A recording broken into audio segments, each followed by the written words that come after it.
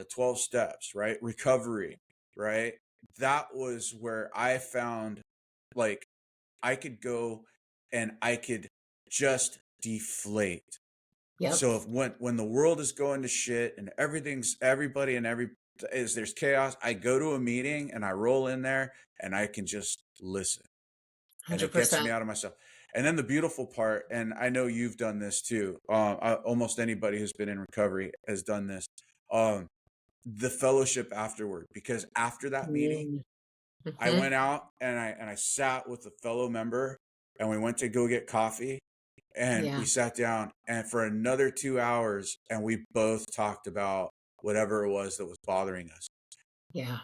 And then Yeah. the next morning, miracles fucking happen, Every you know. time. And Every time. he ended up getting out of his funk, right? Mm-hmm. That he was in. The next day he got some great news. He was employed again. And then the Yeah. next day, my dogs, we went on a walk and they did some goofy shit with the chihuahua that made me laugh and made me realize that, you know what? Yes. God Mm-hmm. is good, man. All the time. And every single day. Right? And I love that you also talk about how it's like AA, NA, Al-Anon, right? And for some people, it's Celebrate Recovery or church or prayer, right? That does it for them. But no matter what, it's the fact that the whole point of that is and you finally found what worked for you, which was Al-Anon, right? Where you felt at home, right? And for some people, that's going to, like I said, AA, some people it's church, some people it's prayer. Just find, just so you know, just find something, find somewhere where you're connected to other people, because we don't do this alone. We can't. And God didn't create us to do this alone. That's why Right. there's so many of us, right? And what we end up doing is isolating, thinking that, woe is me, and we get stuck in the problem, and we get stuck in our heads, and we isolate. And then what we do is we keep people out of it. But all we really need is that connection with another person, right? And to feel like we're heard and seen, and solutions arise, so get connected with whatever it is that makes you feel at There's home. there's a lot of ego involved when you can sit there and say, "Oh, I'm a lone wolf. I don't need anybody." Believe me, I was there. The reality of it is no. Every time I was left to my own, devices, I ended up getting myself in trouble. So I Yeah. know now, and like I said, it took a long while to get there, but I know now that it's like, no, this is where I belong. This is where I need to be. The people who are in recovery are my family. It was like all the people that I met. Okay, so I'm going to digress a little bit and give, and not that we're sponsored by them or anything like that, so I don't want any bullshit in the comments. Um, but the Right. recovery market, it's like the minute I walked into I knew none of those people. No. By the time I left, I was like, "Love you, mean it," hugging everybody, just like it's like it's family, and it Yeah. doesn't matter. Again, it doesn't matter where we're coming from or where we're Mhm. going, but we're all family, and that's the beauty Right. about recovery and finding the people, like you said. And it doesn't Right. matter if it's church or if it's what this program, that program. Mhm. If you are on a journey to help yourself and heal yourself, it's again, it comes back to that spiritual connected, that we're all connected. um Absolutely. just a powerful testimony to how awesome this stuff is. Yes. All right, so let's see, I talked about chapter, I want to get back to your book again. um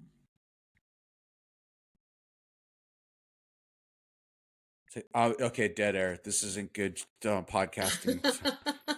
You're I'm just doing just great. I wasn't telling my story to glorify the pain. Okay, yeah, that was it. Mhm. I wasn't telling my story. This is on page 112. I think it's still chapter 10.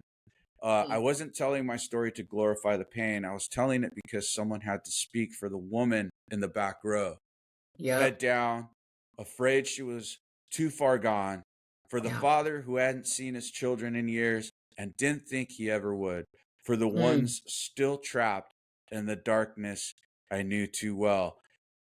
This really hit home because I think this is why I'm doing this podcast, because Yeah. I need to get this out there to remove that stigma about Yeah. being an addict or being an alcoholic or being a Mhm. codependent, you know, to remove that shame. Mhm. Describe to me when you were there and you were doing that speaking engagement, like Mhm. it was obviously God, but I'm just going to let you tell your story. Yes, right? It's all him. I just man, like, even when you read that, I it still almost brings me to tears to think about. Like, oh, it chokes me up still. Sorry. No, you're Ugh, fine. This it's just wasn't gonna be ah! easy. It still just wells me almost to te brings me to tears because I think about how I felt being that person sitting in the back row, feeling like nobody could understand, right? Like life was happening to me and only me. And wanting it was like screaming from the inside, but silent, you know? And inside you're just screaming at the top of your lungs. And so whenever I'm asked to speak, as often as I'm asked to speak, I absolutely do. Right. And I tell my truth the way that I tell it because I don't want to hide behind these masks that we can all want to put on, right? To Yeah, protect ourselves from guilt and shame, which I can often still find myself wanting to do. Like when I'm going through something, I don't want to expose those parts of myself that feel vulnerable. Why? Because I get nervous that somebody will see that I'm not perfect, but that's just my guilt. That's my shame, right? That I have to transform. And how do we transform guilt and shame? By bringing it into the light, right, right? By shining the light on those dark spaces, right? And that's how we heal. And so if I have to rip off the band-aid to my soul and reveal my truth, which means that I'm going to tell people, and that's the woman in the back row who feels alone, and she probably just came in from copping off of her dope dealer and just wanted to get into church, or maybe she's homeless and just needed to get warm, and that's her truth. I want to talk to her. I want her to know that it's not hopeless. I want that guy to know that even if he hasn't seen his kids, that they're still thinking of him just as much as he's thinking of them, right? And that you can in fact create change. We are powerful individuals. And I tell my truth so that other people know that they are not alone, right? That it's not just happening to you. You are not just one special case out of all of these people, right? That what is happening to you is germane to you, but change can happen. And we are living, breathing, walking miracles. And if I can do it, 100% you can do it too. And I believe that, and I will believe that forever. And I will speak that truth as long as I can to anybody who will listen. If I can do this, and I was a ridiculous all day, everyday addict, right? yeah. If I can do it, you can do it. You just have to believe. You just have to believe it. And that's the miracle, because prior to getting back into Alcoholics and this last time around, and having that epiphany that I had, I mean, I was, drinking anywhere from a bar liter to a half a fifth of booze, and it didn't matter what flavor. It could have been vodka, it could have been spiced rum, whatever, Yeah. and just doing all kinds of bad choices, Mhm. just to try to get a good night's sleep and pass the fuck out. To coming full circle and realize that craving Mhm. disappeared. And we'll get into that a little bit more. I'm kind of jumping the gun. Okay. But it's like speaking to the person in the back, speaking to the adult in the back of the room. I mean, this is kind of why we're here, right? You and I are doing this. Absolutely. However, there is something going on with mental health Mhm. nationwide that I want to touch. Absolutely. And I don't want to get too knee deep into the weeds. However, we talk about homelessness and we talk about all of this stuff. However, there's a bunch of young kids right now are struggling on all levels, right? And it's like Mhm. we got fentanyl, we've got Gosh. a lot of, mental health stuff going on, and they're Yeah. they're all falling into these trappings. It's like if you were to go back and talk to yourself, or go back to a younger version of yourself, what would you tell them? How would you, I mean, what would that message be? Mm. Like, you know what I'm saying? Like, and the reason why I bring this up is because, and I didn't write about this in the book, but my counsel, actually, a couple people asked me to do, and this is one of those things where I finally got around to do it after the third person told me I should try. It's like Mhm. write a letter to your young self, and what would you say, Yeah. right? And Right. so I guess that's kind of what I'm doing here. Right. However, it's like to our youth who are get falling into these trappings. Mhm. I really like this question a lot because currently in my role as a drug and alcohol counselor, we are now opening up the doors to teenagers, right? Because addiction it's not just taking out adults, or we can't just treat adults. We have like, let's get to the core of where it started for a lot of us, right? And just owning that truth. And the drugs that are out there today are not what was available No. to you and I. It Right. is far more dangerous. And the fact that it's social media, we didn't have these kind of worries, right? That alone can create mental health and reliance and dopamine hits and bullying and all the things that Yeah. come with that crap that you and I didn't have to deal with, essentially. Right. So and the fear of being liked, and how many likes did you get? Think about how that affects us as adults, and what that Oh, does in the mind of a teenager or a young kid self who is too betrayal. jacked. Hello. Oh, I had to change myself all kinds of different ways to make people like me. oh, yeah, 100%, right? 100%. Right. And so it's not just the acid wash jeans that I need to buy to fit in. It's like these kids now, it's like it's next level for them, right? And so Yeah. my youngest son has, been diagnosed with autism, right? And so I've been very fortunate to learn how he loves and how he learns, which is different than me, which is what I love, right? He taught me, he didn't talk until he really didn't talk until he was really 5, like to form sentences, right? And so he taught me that love needs no words. And so, what the kind of love Wow, that's in actually this really, profound, isn't it? yeah, that's like, you don't need, I mean, it's people need to hear I love you. I think that's important that Correct. but you don't necessarily need the actual words to, No, you could always show somebody. because love is an action word, for sure. Right. Right. Exactly. Right. Wow. Absolutely. Mhm. I love this podcast. You learn something new every day. This is one of the best conversations I've had in a long time, by the way. So I'm really grateful for this opportunity. The reason why I bring up love, though, and my son's special need, is because the same love letter that I would give to my own children is the one that I would give to the kids of the world today, and the same thing I tell my own kids, which is choose yourself, choose yourself over wanting to fit in, choose your truth over denying it for somebody else's sake, right? Um, don't try to fit in. Be yourself. Love yourself. If you need to change any part of you to be accepted, then they aren't your people, right? They're not for you. And drugs are not all drugs are good, right? Like stay away from it. It has nothing, that all that is avoidance. And Yeah. and drugs are the symptom that something outside of you, that you're trying to change your world, essentially, that you don't like your world. And really what I'm hearing is that you don't like yourself. And if that's the truth, then we need to look at that. Drugs are not going to fix it. They're going to create bigger problems than, and they'll still be there, right? So you don't have to turn to that. And if you are struggling with your mental health, if you feel isolated, if you're feeling sad, if you don't know how to feel your feelings, right? If you're feeling like you're feeling too much, tell somebody. Don't be ashamed. Don't hide it. You don't have to, right? Not It's not like it was many many moons ago where Yeah. it came with a lot of stigma and a lot of all the things that's not there for us anymore, right? We can release the stigma and remove it by simply telling on ourselves, telling the truth. And if you can't trust your parents to say that, tell it to your guidance counselor at school, right? Your grandparents, if you trust them, just tell on yourself. Say, I'm Yeah. feeling this way, and it's okay to feel your feelings today. So I would tell them, don't believe the hype. You are the Yeah. hype.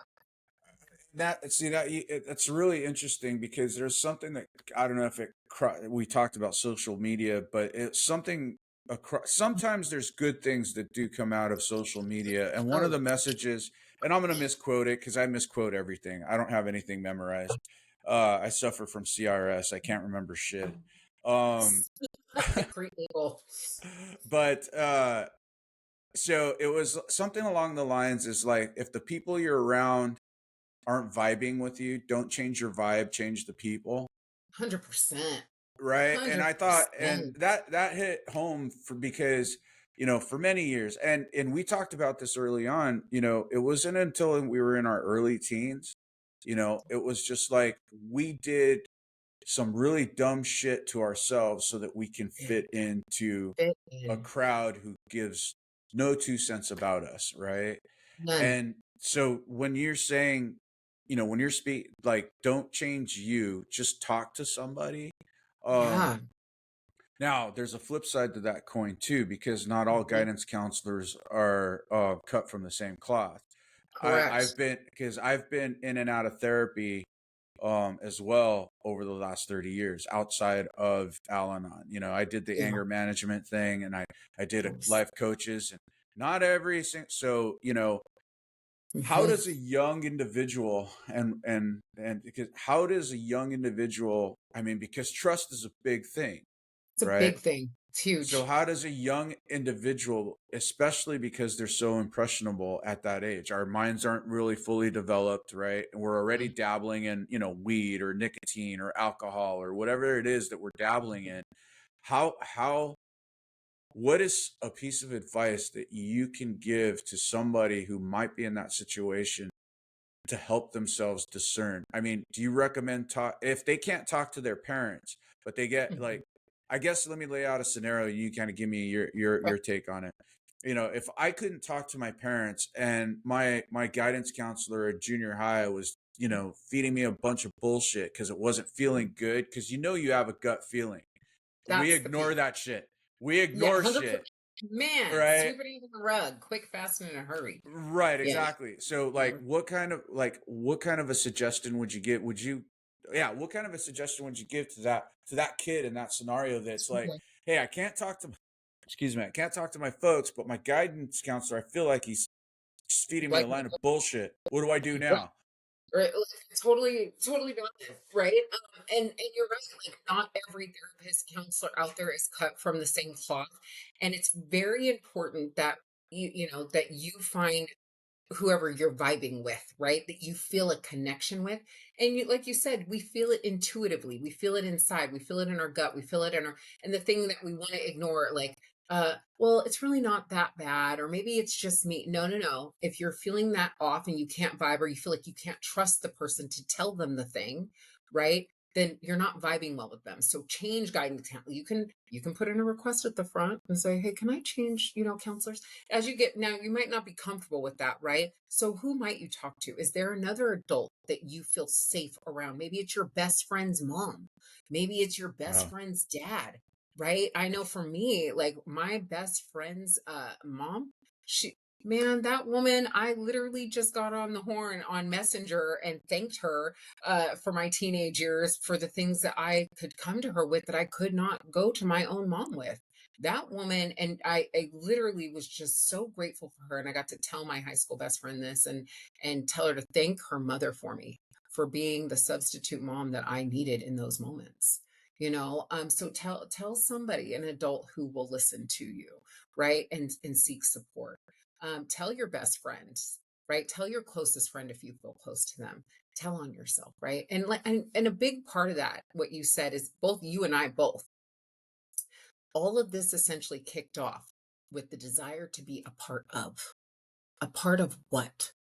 Right? A part of, like, what is it we felt like we were gonna miss out on, right? If Right. we didn't do the thing that everybody else was doing. Well, let me tell you're not gonna miss a thing, right? You're not missing out on anything. That's the hype, right? When I say don't believe the hype, that's the hype, is that the alcohol, the drugs, the smoking, ditching school, getting on social media, but all that's hype. It's all crap. And it's all designed to keep us separate, right? As much as you think it's going to make you a part of, all that is designed to keep us separate, and ultimately separate from yourself.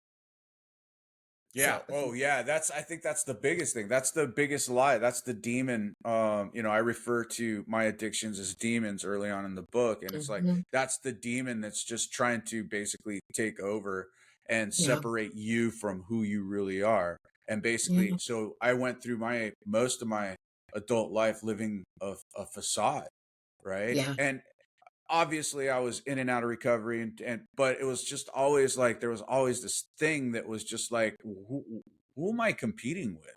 Right? Right. Who am I throwing who am I trying to fucking impress? Mhm. Mhm. Exactly. And so afraid to go outside. Oh, I have to have these jeans and I have to have this shirt. And you know what? Everybody's going to this party and I really for what? For what? I don't I now am I friends with these people on Facebook today? A lot of them. Absolutely from high school. I'm going to own my truth. But the thing is, Memories. I mean, yeah, for there's sure. nostalgic. I mean, they weren't all shitty. I mean, it was like, No. but there was A some lot of good nostalgic stuff. value to it. But but when I was in my addiction and I was homeless and literally down and out and in the hospital, like combating that overdose that almost killed me, uh, not one of them was there.